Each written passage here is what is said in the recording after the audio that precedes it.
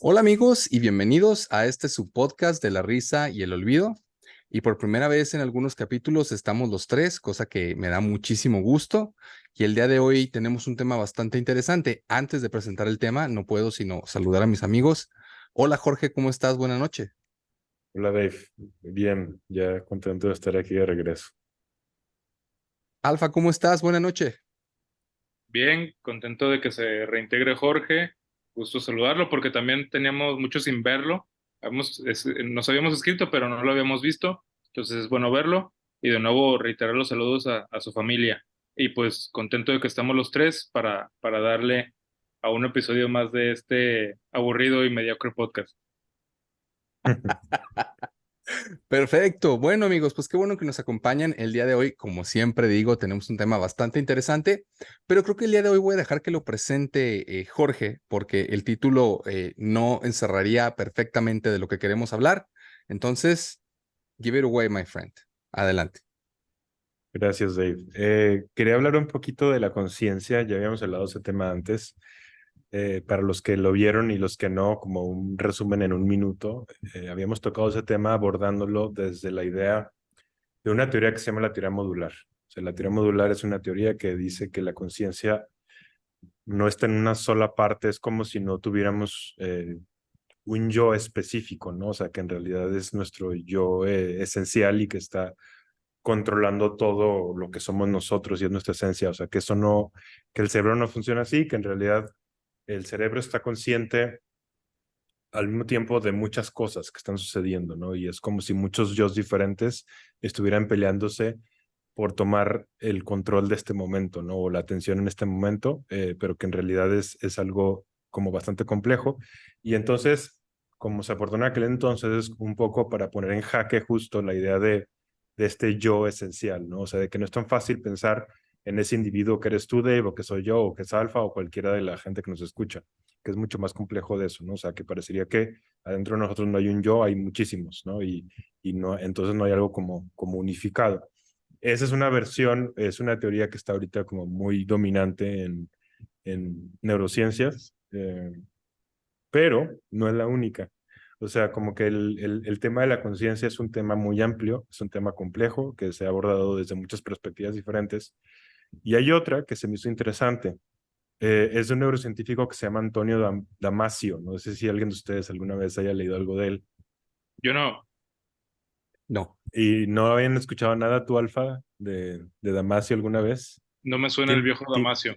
Tiene es portugués, sigue vivo según yo, ya de estar grande, ha de estar en sus setentas, llegando a los ochentas quizás, eh, y es portugués.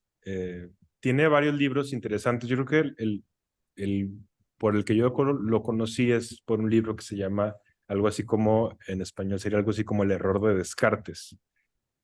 Y en ese libro, lo que él hace, y de hecho no solo es en ese libro, sino como casi en toda su bibliografía, él aborda mucho el tema de los sentimientos. O sea, para él los sentimientos son importantísimos para el ser humano. Precisamente por eso el libro se llama así, porque acuérdense que Descartes es como el padre del racionalismo moderno. Y para Descartes lo más importante era la razón, pero entonces parecía que en su filosofía las emociones pasaban como a segundo término. Es algo que también ya habíamos comentado acá, o sea, como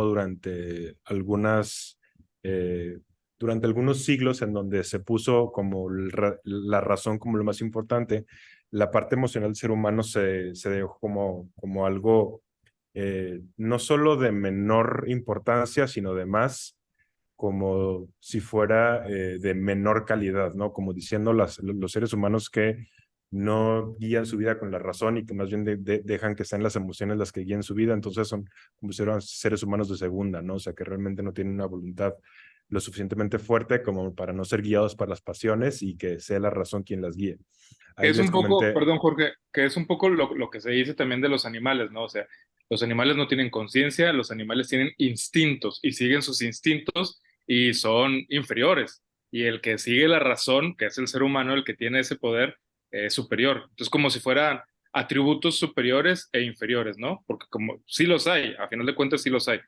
y Sí, se mandaba a la emoción como si fuera un inferior. Nada más otra cosa es, alguien que muy rápido agarró a Descartes, lo empezó a seguir, partió de él y de alguna manera siguió su obra, pero luego se modificó. Y de hecho, una de las cosas más importantes que incluyó en el ser humano, en la conciencia y en la parte de la libertad, es Spinoza.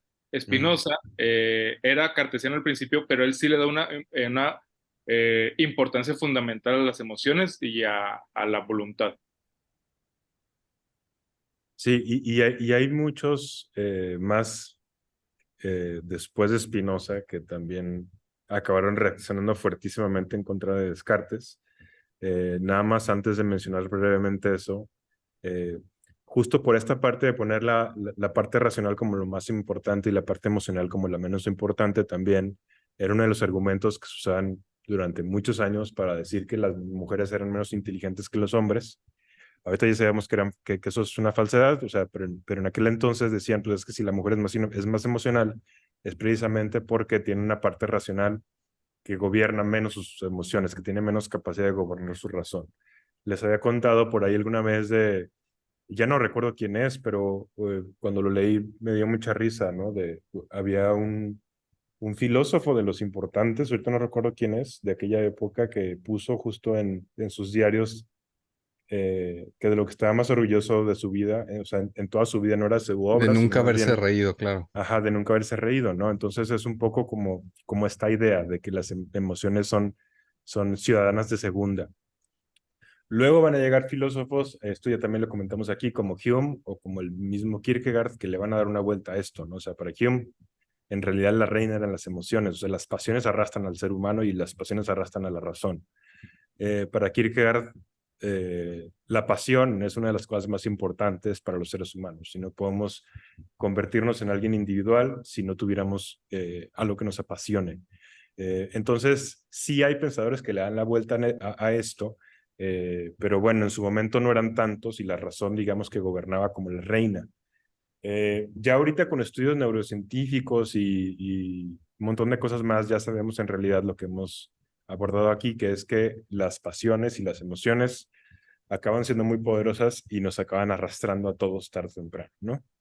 Y justamente por eso Damasio habla de eso, de la idea de el error de Descartes. O sea, realmente no puedes entender el fenómeno del ser humano sin las emociones, no lo puedes entender. Eh, pero además él va a ir más allá y es a donde quiero llegar. Damasio, en otros libros que tiene, como El extraño orden de las cosas, perdón, y otro libro que tiene acerca de la conciencia, él menciona que la conciencia como tal no podría existir sin las emociones. O sea, él dice que es como si en esta historia que se llama emoción, perdón, que se llama conciencia, lo que le da nacimiento a esa conciencia, lo que acabará siendo como la primera parte de esa historia, las emociones. Y sin esas emociones, entonces no podríamos haber nunca llegado a una conciencia. De hecho, nada más para mezclarlo con más cosas que hemos dicho, Damasio inclusive piensa que la inteligencia artificial, que está muy de moda ahorita, no va a poder realmente tener una inteligencia y una conciencia como la nuestra, sobre todo una conciencia como la nuestra, sino también le damos la posibilidad de tener emociones. Esa es su Yo postura. dije eso desde la primera vez que tocamos el tema, yo lo dije, maldito Damasio copión. Sí, reclámale. A ver si te pela, pero bueno. Sus libros no son, bueno, el de la conciencia en realidad sí salió hace como 2 años, pero el otro el extraño orden de las cosas salió hace más tiempo, entonces lo vas Ahorita a pongo tener un difícil. becario a elaborar la demanda. Ok, entonces quiero abordar un poquito entonces esta idea de sin las emociones, sin los sentimientos, no podríamos tener conciencia, pero además quiero echarme un clavado a la historia de la vida en la Tierra, porque así empieza él y se me hace bien interesante. O sea, para poder llegar a la conciencia, primero tuvimos que haber pasado, tenemos que entender ese proceso desde mucho antes de que la conciencia se creara en la vida tal cual. Eh, Y empieza contándonos en los dos libros que él habla al principio de las bacterias y de los virus. O sea, eso fue lo primero que existió, las bacterias, por ejemplo, que eran así como, pues, son células que no siquiera tienen núcleo, ¿no? Y que sin embargo, o sea, no tienen núcleo, no tienen emociones, no tienen conciencia, no tienen inteligencia como la entenderíamos nosotros. Y sin embargo, las bacterias hacen cosas raras. O sea, no sé si ustedes sabían, pero las bacterias, por ejemplo, parecería que cooperan entre sí. O sea, sí tienen la capacidad como de sentir, no en el sentido como de emoción, sino en el sentido simplemente de percibir, como de percibir lo que está en su entorno y de percibir a las demás bacterias que están en su entorno. Y entonces en un tipo de inteligencia no explícita, como muy primitiva, las bacterias se van agrupando con otras bacterias. Y después, en esos grupos, deciden con cuáles sí cooperar y con cuáles no. Porque de repente resulta que las bacterias tienen un objetivo en común y si de repente una de las bacterias empieza a echar hueva y no persigue ese objetivo en común, los científicos han visto cómo el resto de las bacterias las pueden dejar a un lado.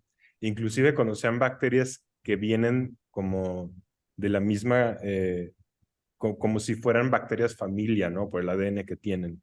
Inclusive pueden dejar de cooperar con lo que sería, digamos que, una especie de familia extraña.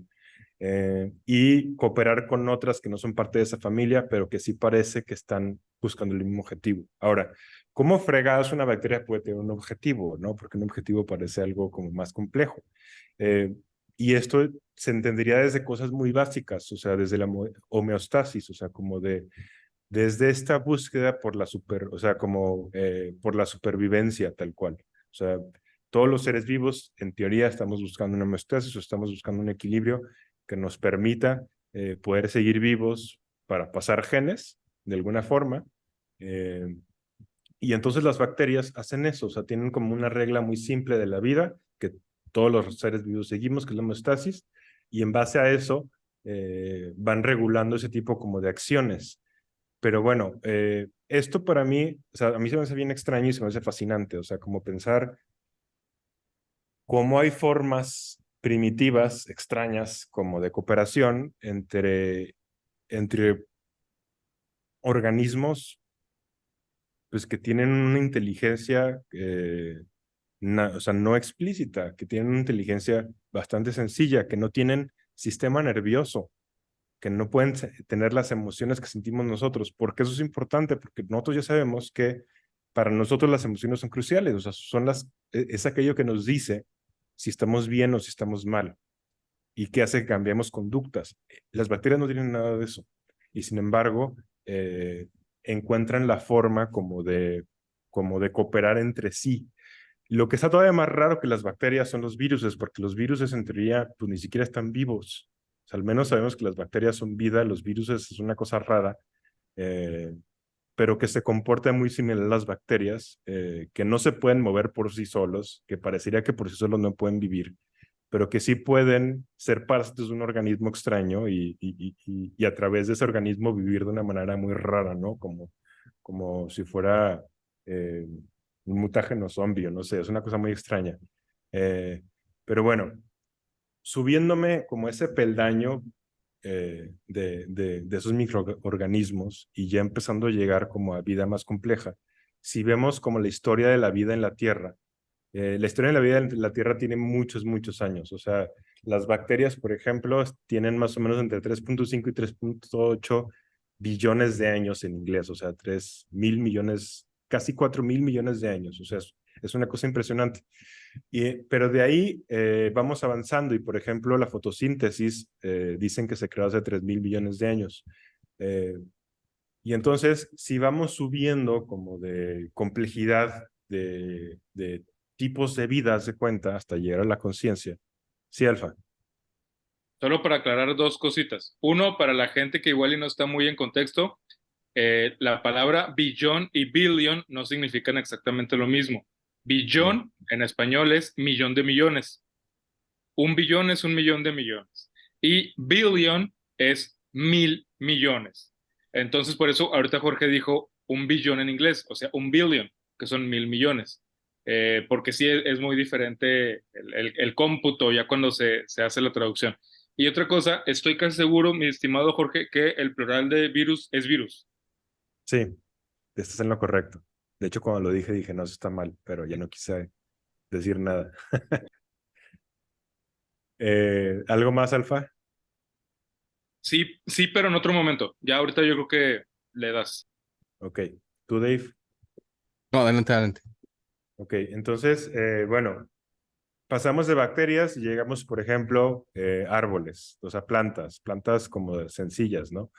Eh, para eso falta mucho tiempo, pero bueno, voy a dar saltos porque luego nunca vamos a acabar. Eh, por ejemplo, ¿qué pasa con las plantas? O sea, las plantas sabemos nosotros que no tienen emociones, las plantas sabemos nosotros que no tienen conciencia y sabemos que no pueden tener imágenes mentales complejas como las nuestras. Acuérdense por ahí cómo dividía, por ejemplo, Aristóteles, ¿no? El tipo como de alma que había en los seres vivos. Y las plantas decía que no tenían como la parte sensorial, tenían nada más como la parte que tiene que ver con el crecimiento y la vida.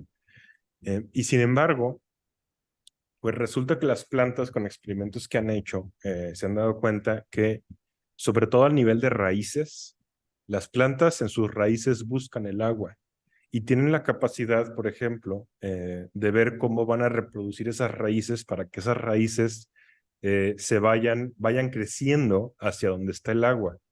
Eso está cañón, ¿no? Y luego entre esas raíces pueden hacer una especie como de red. En un bosque, por ejemplo, puede haber una red de raíces, no en un árbol nada más, sino en un grupo gigantesco de árboles que sean parte como de una red viva que está buscando de forma conjunta la homeostasis. eh, y entonces esas raíces de todo ese grupo se están moviendo de alguna manera, o sea, están creciendo para seguir vivas. Esto, ¿cómo se daría si esos árboles no pudieran tener algún tipo como de sensing, sería en inglés, como de, otra vez, como de Percepción. percepción? Eh, o sea, lo Inteligencia tienen, primitiva, lo que tú comentabas, o sea, de ajá, alguna no manera. explícita, pero es inteligencia, no es explícita, pero es. Oye, Jorge, Eh, si me permite hacer un comentario así súper rápido porque lo acabo de ver. De hecho, es bien interesante porque tiene que ver con los hongos y también que los hongos son algo súper raro, son una manera de vida súper extraña. Y hicieron un experimento en Japón con las vías, con la red que tienen de metro, que bueno, si usted no lo sabe, es una de las más eficientes del mundo. Entonces, con este tipo particular de hongo, hicieron, haz de cuenta que la figura, ¿no? La figura de las redes que tienen del subway, para ver si este tipo de hongo lo que hace es que va encontrando los caminos más eficientes precisamente para encontrar agua, entre otras cosas. Entonces pusieron este hongo y lo eficientó, pero creo que al doble. O sea, fue una locura el cómo hizo la red al punto que están pensando en un punto en el futuro poder reestructurar la red de Japón, que repito, es una de las mejores del mundo. O sea, sí está muy, muy loco el cómo tienen esta percepción o inteligencia primitiva para cierto tipo de cosas que además es súper eficiente como lo hicieron en este experimento. Además, la red que dice Jorge, esta red, digamos, subterránea, la más grande en el planeta es de hongos. Y se cree que, o sea, la comunicación que tienen son millones y millones y millones y millones de honguillos que he comunicado. Puede ser que ellos estén gobernando todo in the shadows, en el reino de las sombras y nosotros ni cuenta. Y es un tema bien interesante el de los hongos, porque sí son criaturas bien extrañas, la verdad. pero, o sea, está fregón. O sea, nada más imaginarte eso, o sea, como el nivel de inteligencia que existe antes de que se hubiera creado un sistema nervioso. O sea, antes de que se hubiera creado la capacidad de sentir dolor, la capacidad de sentir placer, la capacidad de tener imágenes complejas en el cerebro y la capacidad de ser conscientes de nosotros mismos y lo que hay a nuestro alrededor. O sea, es una cosa perrísima. Sí, Alfa. Para mí, la clave está en lo que estás diciendo y en lo que mencionaste antes de inteligencia explícita, porque justamente eso es lo que a nosotros nos ha permitido, digamos, las evidencias, señalar algo como inteligente o como consciente y como no inteligente o como no consciente. Históricamente lo hemos hecho de esa manera. De hecho, siempre se ha dicho que eso es lo que dividía al ser humano, el nivel de conciencia de los seres humanos con el del resto de los seres vivos. Se decía, pues, por todo justamente lo que se dice, lo evidente. Pero si te pones a preguntar, ya bien, ¿cuál era el nivel de conciencia que se supone que nosotros tenemos sobre el resto de los seres? Ese de alguna manera podemos decir que sí pervive, que es el de la autoconciencia. No solo ser consciente de que eres, de que existes, sino que eres consciente de que eres consciente. O sea, puedes pensar sobre el hecho de pensar. Y cuando de niño te pasa eso, es una maldita locura. O sea, te quieres volver loco.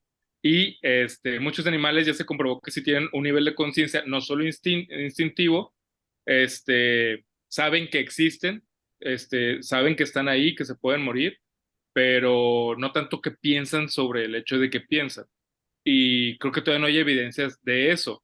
Eso es ahorita que tal vez lo único que nos separa, pero en el resto de los niveles de conciencia hay muchísimos a los que no les damos importancia y a los que ignoramos y los que ponemos de menos, pero que ahí están y son importantísimos. El hecho de pensar sobre ese nivel de conciencia en el que eres consciente, yo lo relaciono con la filosofía, porque si es la epistemología la que se pone a pensar sobre la validez del conocimiento, en general toda la filosofía surge de las relaciones del pensamiento consigo mismo y con su entorno. Sí, que es algo a lo que quiero llegar, a lo último que dijiste. Y bueno, tomando en base más de las cosas que aportaste, por ejemplo, los elefantes tienen una especie como de ritual fúnebre muy raro. Los elefantes, eso quiere decir, es lo que estás diciendo tú, o sea, lo que dijiste hace rato, Alfa, o sea, como hay otros seres vivos que sí tienen cierta conciencia de la muerte. O sea, cuando de repente un elefante del grupo se muere, a veces hasta les echan tierra encima y les ponen hojas o plantas o cosas que encuentran encima al cadáver, como si fuera una especie como de ritual, eh, sí, sí muy básico para nosotros, o sea, pero ritual al fin, y ya para meter un ritual dentro del comportamiento de un animal está cañón. O sea, son cosas, sí, Dave.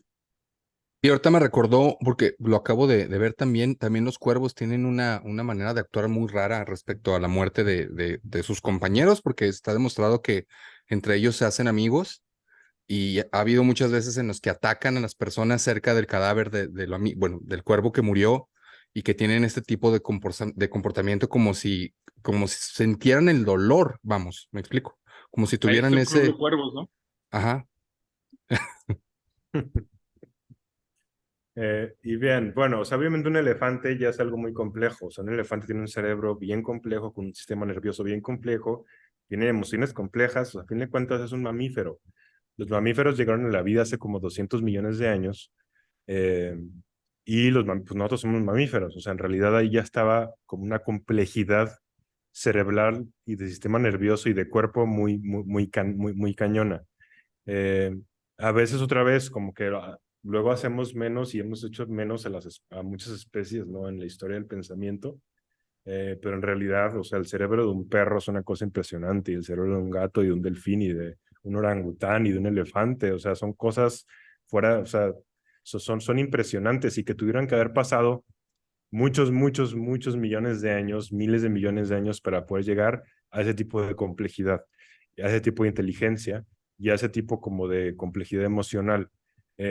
Yéndonos antes de esto, como un poquito más atrás, que estábamos con lo de las plantas, entonces si se fijan, o sea, si hiciéramos una escalerita, o sea, van estos como microorganismos como bacterias primero, o sea, que no sienten, pero que sin embargo tienen cierta inteligencia no explícita. Luego encontramos las plantas que tienen una inteligencia no explícita, pero que es una inteligencia no explícita que está bárbara, o sea, que no nos podemos pensar en eso, pero está cañona. Por lo que acaban de decir ustedes dos, por ejemplo, con el ejemplo de los hongos.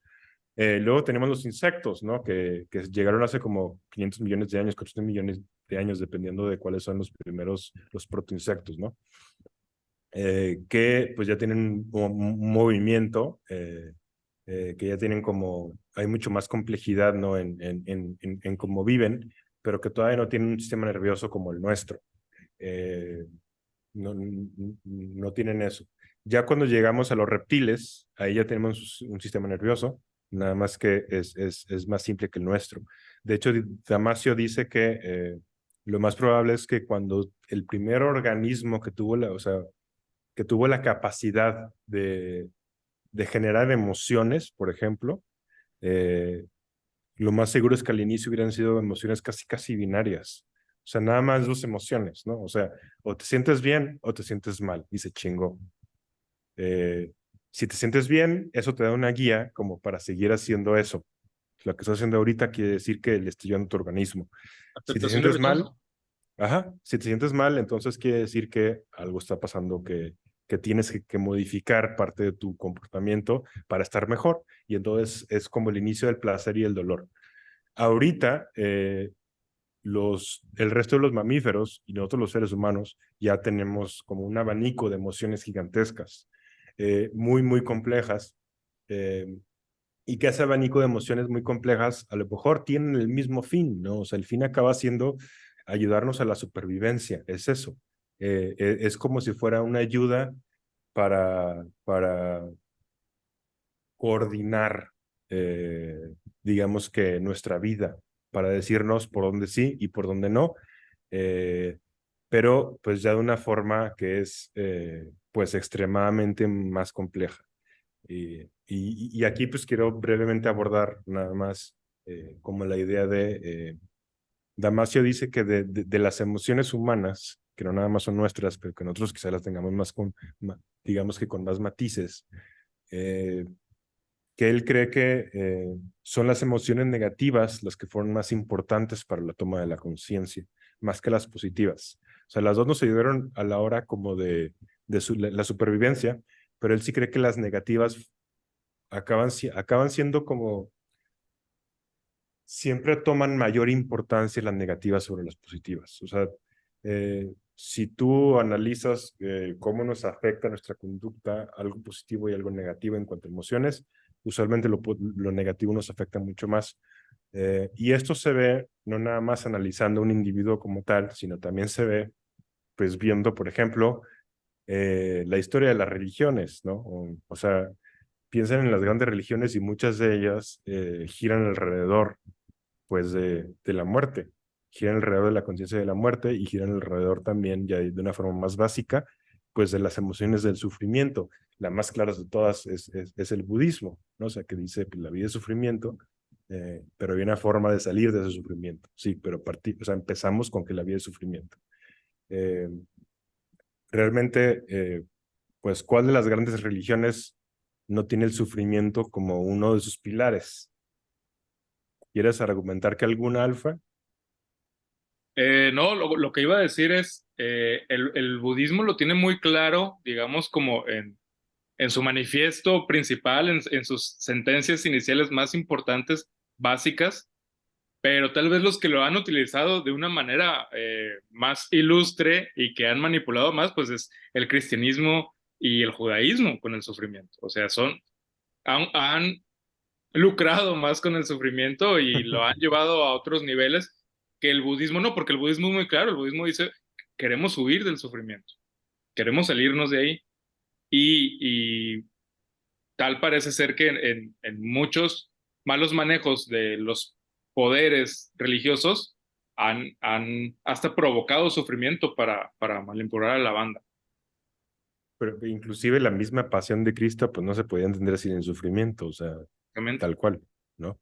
Eh, y entonces, una idea que me gusta de Damasio es que dice que es como si fuera, como si la conciencia fuera una especie como de fruto prohibido, ¿no? Que nos despertó muchas cosas, pero sobre todo entre ellas la posibilidad de entender el sufrimiento de una forma mucho más dolorosa, pero que al mismo tiempo le pudiéramos dar una especie como de sentido o de propósito también, ¿no? Es una cosa muy rara, Y que pero uno es eso. de los psicólogos más ilustres que se han encargado prácticamente, o sea, de ese tema en particular es Víctor Frankl, con la famosa logoterapia, que es hay que darle un sentido a esto. El sufrimiento no te va a, a purificar, ni te va a elevar a un estado superior. El sufrimiento no es bueno en sí mismo. Y nunca vas a poder salir de una vida con sufrimiento si tu vida no tiene sentido. Tienes que encontrar un sentido para vivir. Y con ese sentido vas a poder soportar muchísimo más que otras personas, pero no es que el sufrimiento sea bueno. Lo Ajá. que es bueno es el sentido. El sentido y el propósito de la vida es lo más grande. Y el sufrimiento vendrá ahí con ello, ¿no? Pero no es que sea bueno por sí mismo. Pero a final de cuentas, las religiones pues, nos dan sentido y propósito. O sea, creo que es parte de su gran valía, ¿no? Histórica. Eh, pero parten en gran medida, pues quizás del sufrimiento, o sea, como una especie de, para resignificarlo, para entenderlo, porque va a estar cañoncísimo despertar la conciencia, eh, y una vez que la conciencia está despierta, otra vez las emociones, específicamente las que son para las que nos hacen sufrir, pues yo creo que toman muchísimo más complejidad. No, perdón, Alfa, te ibas a decir algo, ¿no? No, todo bien, todo bien. Dave, ¿alguna anotación? No, no, no, adelante. Ok, bueno, creo que ya me adelanté mucho, pero está bien. Quiero hacer un viaje interior para luego otra vez salirnos del cuerpo. O sea, quiero hacer un viaje interior a un cuerpo como el nuestro, que ya tiene un sistema nervioso complejo, que tiene un cerebro complejo, que tiene eh, y que tiene, por lo tanto, comunicación hacia el exterior a través de los sentidos, pero que también tiene comunicación interior. Y ahí es en donde las emociones empiezan a ser como esta, digamos que esta base para la conciencia, ¿no? Eh, porque pues resulta que ese sistema nervioso está en contacto directo pues con el cuerpo que tenemos. Y si de repente hay una parte de ese cuerpo que a Dave no le está funcionando bien, entonces su sistema nervioso lo puede detectar y eso puede mandar señales no conscientes en ese momento para que el cuerpo mismo ejerza una especie como de defensa frente a aquello que no esté bien, ¿no? O que se vaya a lo mejor comportando de maneras diferentes. Eh, Piensen, por ejemplo, lo que sucede con el sistema inmune y las emociones. O sea, el sistema inmune y las emociones están intrínsecamente ligadas. Cuando una persona, por ejemplo, se estresa, una de las primeras cosas que le pasa es que su sistema inmune se prende, se activa. Después ya les había dicho que si sigue estresada mucho tiempo, se atrofia esa parte. No se atrofia, pero se apaga el estrés. Perdón, se apagan el sistema inmune y se activan otras zonas. Pero el punto es que al inicio se activa. O sea, hay emociones que hacen que nuestro sistema inmune reaccione de diferentes formas, ¿no? Y entonces, otra vez, es una manera en la que las emociones nos están ayudando a regularnos de forma interna, aunque no seamos conscientes de eso, pero que siempre están jugando entre sí. Ya después, si nos queremos ahora sí como salir y estar en contacto con el mundo exterior, en el mundo exterior, pues nosotros realmente no tenemos un acceso directo a él, ¿no? O sea, nosotros somos un cuerpo complejo, con muchos sistemas internos que están relacionados entre sí. Hacia afuera podemos ver las cosas, podemos percibirlas a través de los sentidos, el tacto, la vista, el gusto, el olfato, el oído, pero nosotros no estamos allá con esos objetos, somos cosas diferentes y separadas. De esas sensaciones, a través de los sentidos, nosotros podemos crear imágenes mentales complejas. Si piensan en una imagen mental, no nada más como una imagen visual, puede ser una imagen auditiva, por ejemplo. Y es la forma en la que nosotros pretendemos entender el exterior, pero también nosotros pretendemos de nuevo cumplir con la regla de la homeostasis, o sea, cumplir con este propósito de la supervivencia que tenemos. Y entonces voy a poner un ejemplo muy simple. Imagínense que una persona de repente tiene un ataque de asma. Si una persona tiene un ataque de asma y tiene un cerebro que funciona correctamente de forma normal, ese ataque de asma también le va a activar emociones. ¿Qué tipo de emociones creen que vengan con un ataque de asma? Yo no creo que la persona de repente sienta alegría Pánico, pánico. tremenda, Claro, es pánico. entran en pánico, claro, sí. entra en pánico, y si entra en pánico de entrada, su cuerpo va a intentar respirar con mayor fuerza. Entonces, ahí hay un cambio de comportamiento hacia adentro, ¿no? O sea, mi cuerpo está reaccionando a través de lo que está sintiendo, que es algo muy desagradable, puede ser hasta dolor. Y si se fijan, son las dos, es como dolor físico y también es desesperación emocional, son las dos. O sea, las emociones nos duelen tanto como lo físico, y a veces quizás hasta más.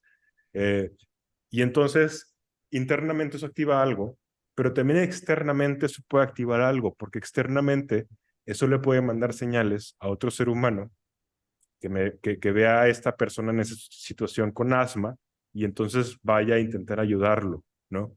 Y entonces también, digamos que esta fortaleza que tenemos a los humanos, que es el colectivo, y es el trabajo en equipo y es todas las redes que tenemos con personas, las redes sociales físicas, también ahí podamos recibir apoyo dependiendo de las señales que mandemos hacia afuera.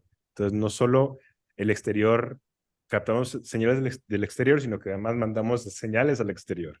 Y entonces, si se fijan, ahí estamos con esta parte interna del cuerpo reaccionando y también adaptándonos externamente con lo que venga de afuera que nos pueda ayudar, ¿no? Con las señales que estamos mandando. Y todo esto, pues no podríamos tener esta complejidad de la manera en la que funcionamos hacia adentro y hacia afuera, o sea, hacia adentro de nuestro cuerpo y también con la gente con la que vivimos, sin esas emociones. No podríamos tenerlas, porque si la persona no siente disconfort, no siente desagrado, no le duele nada, no está ansioso, no tiene pánico, no tiene nada de eso, pues entonces no va a reaccionar. Y si no reacciona, entonces se va a morir, ¿no? Y fíjense, tomando algo muy básico como pensar en un ataque de pánico. O sea, podríamos meter ahí pues cualquier interacción humana compleja, pero bueno, me estoy yendo desde algo muy básico, que es un ataque de pánico.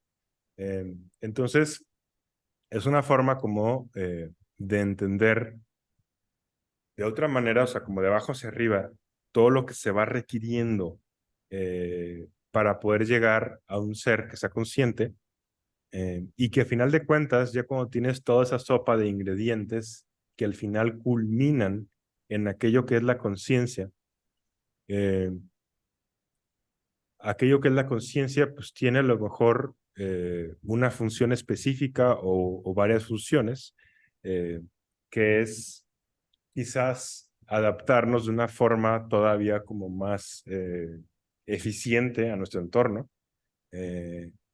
pero que a final de cuentas, si ahorita lo más complejo que hemos podido crear los seres vivos es la conciencia, o sea, de la vida que conocemos, a final de cuentas, una vez que llega esa conciencia, ya sabemos que atrás de esa conciencia, pues hay miles de millones de años de historia biológica, corporal, inteligente, ¿no?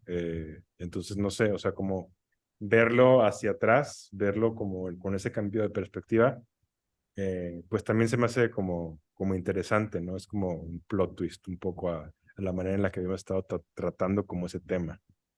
No sé si tengan alguna opinión, Yo comentario, sí, mentada de madre. Sí, a mí me Alfa. parece muy interesante, como dice Dave. Ah, te creas, Dave. Yo lo que quiero decir es que estoy completamente de acuerdo con lo que dices y quiero añadir otra cosa. Aquí la clave me parece que es el hecho de que esta conciencia evolucionó en un entorno y ese entorno ha cambiado completísimamente en los últimos años, ¿no? Digamos en los últimos, ¿qué será? 3000 años. Y ya no es el mismo entorno para el que evolucionó.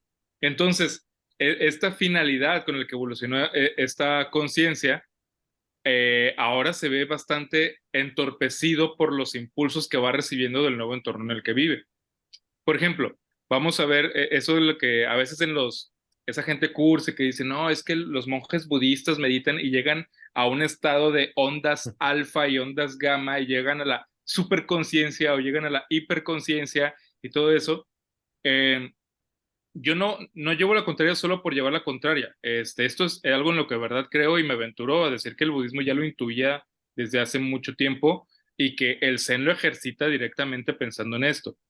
Este superconciencia que le llaman, o este, digamos, estado de bliss o de iluminación, esta paz absoluta, yo diría que es todo lo contrario, no es elevar una conciencia, porque dice, no, es que en ese estado te sientes en conexión con todos los árboles, todas las plantas, todos los seres vivos, sientes la compasión absoluta y sabes que eres uno con todos y eres uno con el universo, tú eres el universo. Entonces, no, eso está fregón. Entonces es una hiperconciencia, elevas tu conciencia hasta el último rincón del cosmos. Yo lo que digo es que no, yo digo es que es todo lo contrario.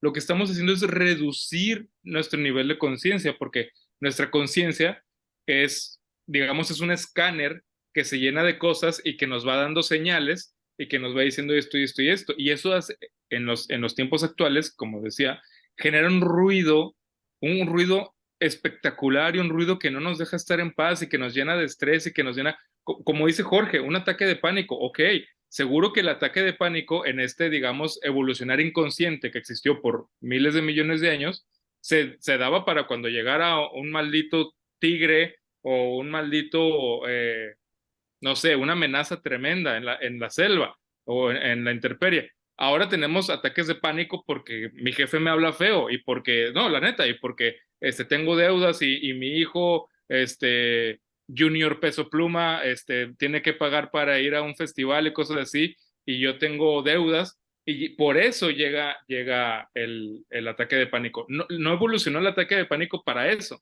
Ahorita nos está entorpeciendo. Entonces lo que yo digo es, gran parte de estos ejercicios que hacen es reducir el ruido, pero reducir el ruido sería imposible nada más pensando bonito o decir ya no quiero ruido. Es más bien reducir el ruido haciendo más chiquita la casa en donde pueda estar el ruido, haciendo más chiquito el contenedor, reducir la conciencia, reducir el escáner, lo reduces al mínimo hasta que ya no queda nada que él pueda habitar ahí.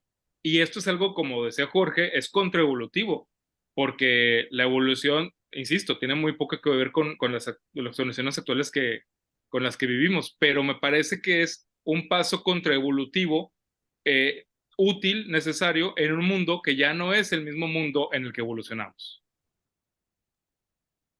Quiero agregar algo, Alfa, de lo que dices, porque es muy interesante. Eh, bueno, como que me despertaban varias ideas lo que dijiste. Primero, lo del ruido, ¿no? O sea, el Porque ruido no soy un tiene... genio y al rato vas a ver que este vato, Damasco, nos va a Solo quiero patentar mi frase muy interesante, porque la usan mucho también, entonces es Sí, mía. Esa demándale, les pido, por demándale favor. la fregada. El ruido no tiene sentido sin sentidos. El ruido no tiene sentido tampoco sin emociones, porque entonces no te perturbaría. O sea, si no lo sientes, no te puede perturbar, pero además, si puedes percibirlo, si no lo percibes, no te puede perturbar. Si lo puedes percibir, pero realmente no hay una emoción detrás negativa, entonces el ruido pierde gran parte como de su potencial para hacer una señal de algo de su utilidad, claro. importante. Y pues también sin la conciencia, o sea, sí nos puede afectar, pero nos puede afectar como una forma, pues, digamos que, pues, mucho más simple. Eh, y aparte, pues, también la conciencia, a final de cuentas, a lo mejor no es un fin de nada, ¿no? O sea, puede ser nada más un maldito accidente también. O sea, también la podemos ver así, o sea, es un accidente Claro, muy probablemente. que nosotros tenemos, es parte de ese accidente, que consigo trae cosas muy fregonas, pero que también consigo pues trae cosas a lo mejor que hace que la vida se pueda volver también más pesada y con más sufrimiento. Exacto, gente que se suicida por depresión sería el efecto contraproducente de lo que en dado caso buscaba este experimento de la evolución, ¿no? Ajá. Nada más yo por ahí tú tenías una frasecita, ahorita le estoy recordando que algo así como que luego los seres humanos somos muy esclavos a eh, como nuestras pasiones, ¿no? O sea, como al sufrimiento y al placer, pero que a veces la creatividad humana puede librarnos, no de forma definitiva, nada más como si fueran gotitas de libertad a través de la creatividad. Eso es muy Y entonces, schopenhaueriano. ajá, sí, y entonces ahí puede ser como esta conciencia y estos sentimientos nos hacen esclavos, pero al mismo tiempo también, también esa conciencia que acaba siendo un accidente nos da también ciertas, no voy a decir que curas, pero al menos como ciertos remedios, ¿no? que al menos funcionan por un ratito. Ciertas bocanadas de oxígeno por ahí. Yo lo que quisiera preguntar, porque otra vez se me hizo muy interesante, eh, a partir de lo que dijo Alfa y que tiene razón de cómo se fue modificando a través del tiempo, evidentemente, y lo que tú comentabas también, Jorge, de las cosas que, por ejemplo, un ataque de pánico nos puede causar físicamente, el tener algo que es totalmente, que viene de una emoción. ¿Hacia dónde crees que vaya en los siguientes años con todo lo que hemos venido hablando también? O sea, porque evidentemente ya hubo un cambio muy grande y se avecina otro cambio muy grande. Entonces, en ese sentido, ¿somos más fuertes o somos más débiles en general como sociedad para afrontar los problemas que tenemos hoy en día? Que evidentemente ya no son tanto de la vida y la muerte, por lo menos no en lo cotidiano.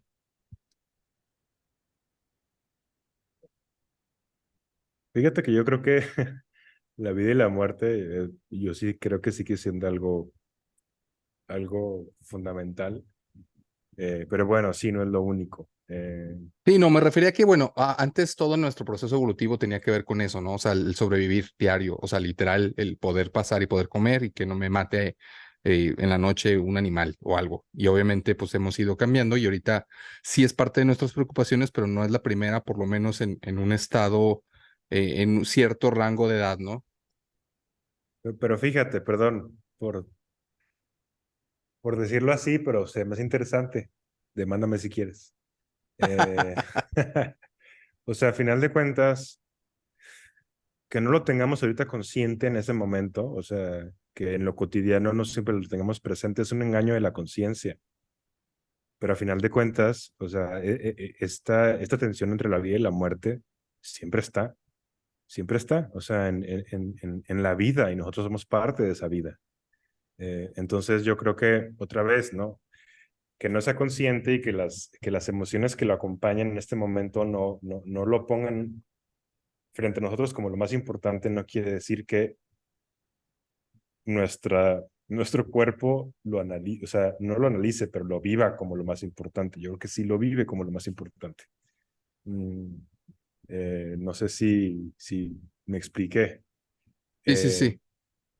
No, que y por hasta se cierto, podría levantar el argumento de que toda nuestra sociedad solo está construida para distraernos de esa tensión, para ajá. suplir eso. Y eso es algo que dice Heidegger y que yo sé que la pregunta no me la hiciste a mí, Dave, porque yo sé que no te gustan los morenos, porque sé que eres un racista, pero yo voy a contestar. Yo creo que te van a dar cuenta que tarde o temprano vamos a tener que ser muy conscientes de eso y que no podemos seguir distrayéndonos. Y muchas cosas que hoy son cursis y que son talleritos y de cosas así bien chafotas, pues ya saben, cosas de charlatanes, en algún día se van a sustituir por talleres reales para poder manejar esa tensión de la vida y la muerte, porque eso es lo que nos va a hacer que evitemos que nos distraigamos tanto y nos va a poder hacer vivir vidas más auténticas y más conectadas pues, con nuestro propio propósito y con nuestras propias relaciones. Insisto, esto de la vida auténtica es un tema realmente fundamental y apasionante que lo abordan tanto Kierkegaard como Heidegger y como muchos otros, pero el mismo Nietzsche, pero creo que por ahí cuando nos demos cuenta de qué es lo que podemos hacer para ayudarnos a nosotros mismos, va a ir mucho por ahí. Cuando ya dejemos de hacernos mensos, es recordar que somos mortales, recordar que nos vamos a morir y, y hacer un esfuerzo para manejarlo en lugar de distraernos. Y yo ahí, Alfa, agregaría, o sea, a final de cuentas, si nos distrae, por ejemplo, si nos distraemos con la sociedad, si nos distraemos con el mundo, es un mundo que hemos creado. O sea, la sociedad es un mundo que hemos creado, la cultura es un mundo que hemos creado y que somos con ella. No podemos ser sin ella. Y ahí está metida la creatividad humana, o sea, de lo que hablaba hace rato de Damasio, ¿no? O sea, eh, la creatividad la hemos utilizado como para tratar de salirnos a lo mejor de este sufrimiento de estar constantemente sintiendo a lo mejor nuestra mortalidad y el sufrimiento básico, eh, pero al final de cuentas es momentáneo, o sea, es algo que al final creo que siempre tenemos que hacerle frente, a menos de que te mueras casi de forma instantánea. Decía Damasio en algunos de sus libros, creo que es en La Conciencia, decía que para él los sentimientos en nuestra vida, como que él los pensaba mucho como si fuera el soundtrack de nuestra vida, ¿no? O sea, como si fueran esos instrumentos que están haciendo música y que esa música hace que nos enganchamos de una forma completamente diferente a lo que estamos viviendo ahorita, ¿no? El otro día estábamos hablando en el chat del grupo de Qué chida analogía. Interestelar y de otras películas. Alfa y yo decíamos que pues, el soundtrack de Interestelar es uno de los mejores de la historia para nosotros, nos gusta mucho. Esa película sería completamente diferente si le cambias al soundtrack de Interestelar y le pones encima el de La risa en vacaciones, o sea, imagínense, ¿no? Sería mejor. O sea, pero el enganche con las mismas imágenes y con los mismos diálogos sería completamente diferente. Y entonces en la vida también es eso, o sea, en la vida hay veces que lo que está de fondo es un cello nostálgico y otras veces que lo que está de fondo es un violín chillón y otras veces lo que está de fondo es una guitarra alegre, ¿no? Y eso va a hacer que te enganches hasta de forma interna y también externa, tanto contigo como con el mundo, de una forma completamente, pues, distinta. Pero bueno, ya. Perdón, Dave, creo que ni siquiera respondimos tu pregunta, pero No, sí lo salió hicieron. De otra hecho, pregunta era una importante. pregunta abierta, contrario a lo que Alfa piensa. No, al contrario, yo te quiero mucho, amigo. A pesar de que eres moreno, yo te quiero mucho. Que Porque pues. somos tres, porque no te queda de otra. No, sí, muy, muy bien. Me quedó muy claro. No sé si quieres decir algo para cerrar, Jorge. Ya nada más quiero mandar unos saludos, pero no sé si por lo tanto ustedes quieran decir algo antes. No, yo ya tengo mi pulgar arriba en señal de que todo chido. Ok, bueno, quiero mandarle un saludo muy especial a Jocabel Chang, que fue la doctora que operó a mi papá hace 2 semanas. La verdad es que se la rifó. A ella y a su hermano, ella nos escucha y nos escucha, es muy fiel a nuestro podcast. Su hermano creo que nos escucha, pero también le mando saludos a través de ella porque también ayudó a mi papá en la operación. Pero bueno, la que estuvo como dirigiendo todo fue Jocabel. Sin ella no tendría papá ahorita y sí tengo todavía. Entonces, pues sí, muchísimas gracias. Es algo que nunca lo voy a poder pagar, pero bueno, estoy profundamente agradecido. Y pues también saludos a mi papá de una vez. Y Ah, extiendo el pues, saludo de con mucho todos, cariño de a Alfa, sí. Jocabel y a Jorge Márquez, papá. Sí, efectivamente. Gracias, muchísimas gracias a los dos y qué bueno que todo salió bien y al final ad hoc con el tema que tratamos, evidentemente, por supuesto. Y a ustedes también, muchísimas gracias por escucharnos, muchísimas gracias por darle like a este contenido si le gusta, si no le gusta, siempre es importante para nosotros escucharlos y tener esa comunicación que tenemos con ustedes. Y bueno, esperemos verlos aquí la próxima semana en otro programa de su podcast de la risa y el olvido.